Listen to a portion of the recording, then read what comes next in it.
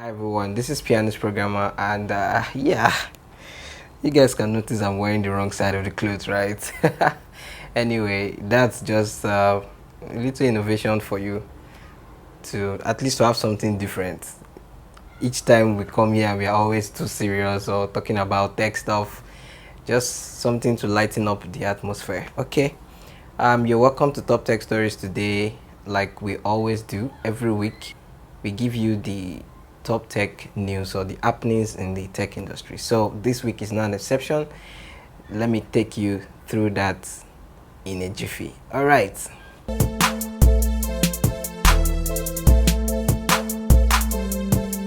2020 has been really great, not to say the least. You guys know what I'm saying. Since January, it's been locked down because of the pandemic, COVID-19, a lot of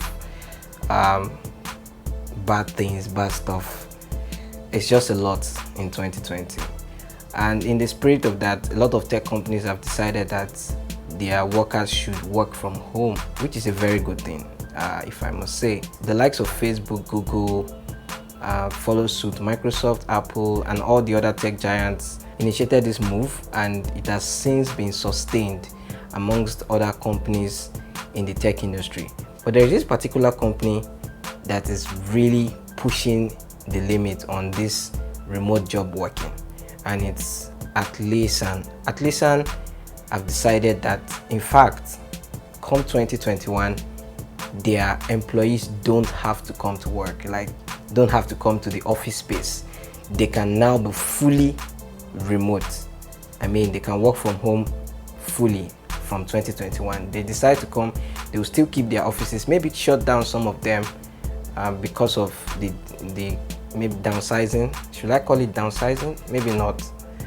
But then they might keep some of the offices and they might shut some down. But come 2021, this company wants to fully go remote, and that speaks really well for tech companies and other companies that would like to follow suit. As we see more development in remote jobs and people get more convenient with remote spaces, and just to buttress the fact that we don't have to come to an office space, to get the job done. By now, it's no longer news that TikTok, we always talk about this app. Like, there's no week that we report top tech stories or we report tech news that we don't talk about TikTok. It's become the talk of the town. And why is that? Because the US government is just so against TikTok and its use in the United States. And in fact, the Trump administration now has placed an embargo, more like a ban, on Tencent apps, WeChat, and TikTok. The question is, where does it leave Chinese people who reside in the US as they use these apps to communicate with their families back in China? Where does this leave these kind of people? Anyway, like I said, it's no longer news now that one of the tech companies in the US, Microsoft, is aiming to acquire TikTok. The race goes on for who the right company it will be to be able to acquire TikTok. And if they're able to do that, only the US operations office sort of would even be acquired, because of course they cannot acquire the whole TikTok, and that US branch alone is valued at $21 billion.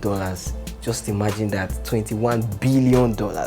And if Microsoft is successfully able to acquire this company, I mean, if the acquisition procedures are right and they are successful at that, Microsoft will kick back into the mobile space. We'll see Microsoft grow in revenue and probably adverts, because I believe that that's one of the areas that TikTok really makes money from. So they are trying to place themselves in that competition with the likes of Facebook and Google and probably Twitter, Instagram, and the likes. If they are able to do that successfully, then they will become really, really big. Just a reminder, the last antitrust hearing by the US Senate committee did not even feature Microsoft at all. I was really surprised. Like, of all the tech giants in the US, Microsoft was not there. Why? Maybe they felt like Microsoft was not in the position to abuse people's data, or Microsoft is not like the other tech giants who have acquired immense power. But then the moment they get TikTok now, I'm sure they will be in that same space, because now we'll be talking about data, users, videos, pictures, and the likes. So yeah, we keep our fingers crossed till if they are able to successfully acquire TikTok. I'm going to read this news verbatim right now, and it just brings us to the fact that these tech companies are really big, like they have huge power. This post says Facebook just banned one of its biggest QA non-groups.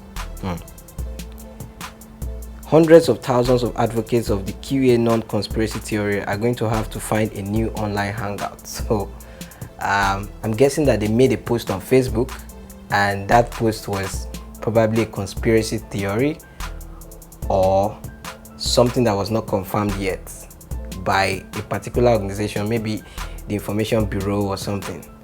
And because of that, Facebook took down this group, a whole group. Imagine a group of maybe 3 point something million, 4 point something million people actively participating in daily talks, suggestions, posts, and things like that. These people have built a family on Facebook. These people have built a nation, sort of a country, around Facebook. And just one day, Facebook took the group down. So it means that right now they have to find another means of recreating themselves. This is the reason why I used to say that if you want to start a group or something like that, instead of doing it on Facebook or any of these giant applications, start your own. Just start your own. Create a website, create a blog, keep writing. At least you're the owner. Nobody can stop you. Nobody can take your stuff down, except maybe your host provider or something. I mean, you have maybe a court order to challenge that action. But now they have to settle for something else outside Facebook. What a pity. YouTube will stop sending email alerts to subscribers of any particular channel. So as our subscriber, as you're watching this video, you probably are a subscriber or not, and if you have not subscribed, this is your time to hit that subscribe button right now and the bell beside it, because it gives you notification when we post a new video. And that same notification is what we are talking about today. YouTube recently conducted a survey, and according to them, they discovered that many people don't open that email at all.